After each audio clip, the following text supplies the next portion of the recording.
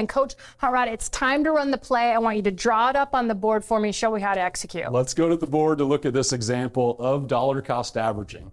And dollar cost averaging is just a systematic contribution to an investment portfolio that somebody has, and they're going to continue to do that no matter what the market does. So when we think about how that could look in a market experience, what we're showing is one particular company. Now, we want to be more diversified than a singular company, but for the purposes of walking through this example, we're showing just one company and its share price and how it changes over time. So over this 5-month period of time, the investor that we are looking at here is going to make an investment into this particular company. And in January, that company is offering a share price of $50. As we look at February, that trends down to $40 per share. And this investor is going to continue to buy in systematically each and every month, and they're putting $1,000 each month to work.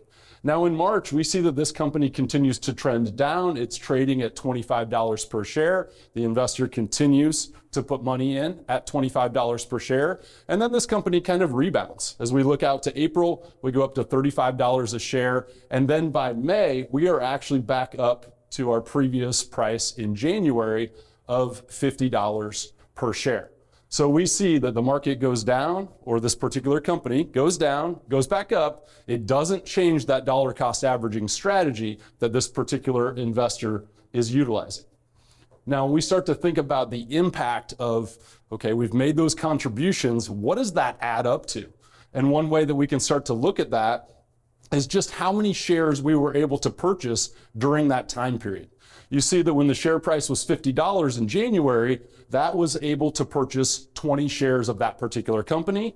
In February, where it was trending at 40, we were able to buy 25 shares. In March, wow, we see this. We see that at $25 per share, we were actually able to purchase 40 shares with our $1,000 that month. And that's a big difference from the example that we see in January at 20 shares that we were able to purchase when it was trending higher.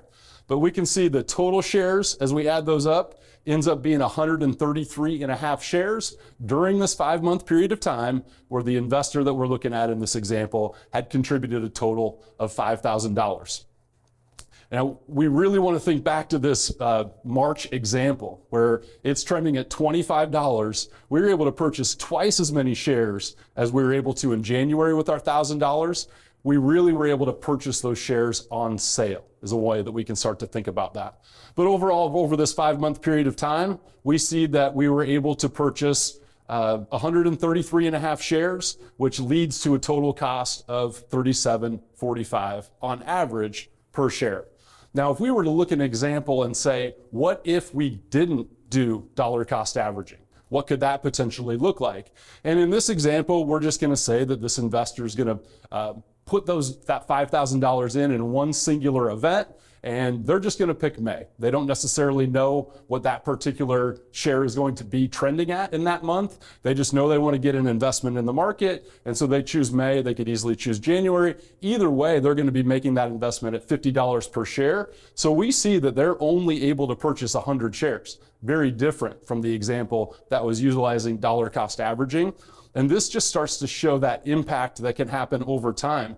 And we obviously would rather have purchased in March, but what we do oftentimes see is that maybe somebody doesn't feel like they'd like to purchase in March because the current emotional sentiment is low. Maybe they wanted to wait and recover to make sure that stock was trending back up before they made that purchase. One way or another, what we can see is when we put that $5,000 in all at once, we've got $50 on average cost per share. That leads to 100 total shares that this example investor was able to purchase.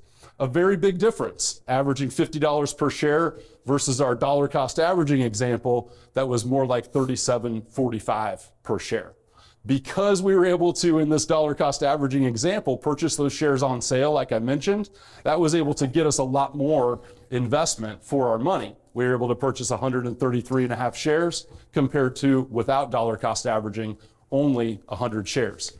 When we think about that many more shares over time, our investment, you're going to find, can really explode. One of the benefits of dollar cost averaging, not only as you illustrated, can you purchase more shares at an average lower cost, but it takes the guesswork out of this market. And that's one of the hardest parts about investing is nobody really knows when we're at the high or when we're at the low. And if you're investing or engaging in a strategy like dollar cost averaging, you don't have to know. You don't have to have the pressure of feeling like you should know. Put money in on a consistent, regular basis, and over the course of time, you will end up in a place that's better off, most likely, than just trying to pinpoint the exact down or midst parts of the market. And if you're sitting there thinking, that looks really powerful, I wish I could do that. If you have an employer-sponsored plan, like a 401k plan or a TSP or a 403b plan, and you're contributing every pay period, and you're lucky enough to have your employer matching that contribution, then you are already engaging in this particular strategy. And so you are taking advantage of the volatility, the ups and downs. And now it's about what other types of strategies can you implement within your overall plan to continue to enhance this opportunity of volatility. And is this something you're doing when the volatility hits, prior to the volatility, after volatility, before retirement, or after retirement? I think I just asked you 6 questions all at once. So go ahead, Clint, no pressure there. Well, what we're really trying to get at is dollar cost averaging is a systematic approach to investing. And it may be a fit for a particular plan, and it could be the 401k, or it could be in other ways where we're putting new money into the market, and then we have opportunities to actually buy those shares on discount when we see a downturn and when we see that volatility. Now, we obviously would love the opportunity to take more money in that downturn. Sometimes that's hard to predict, it's hard to time, but if there's ever an opportunity to dial up risk or purchase more in the bottom, now that can be more of a one-time approach and an opportunity that might present itself in somebody's plan. And there's a lot of people watching the show right now that says, yeah, Loren, Clint, Molly, that sounds really good, but I'm retired, so I'm not currently contributing to any type of a retirement account. How can I take advantage of this?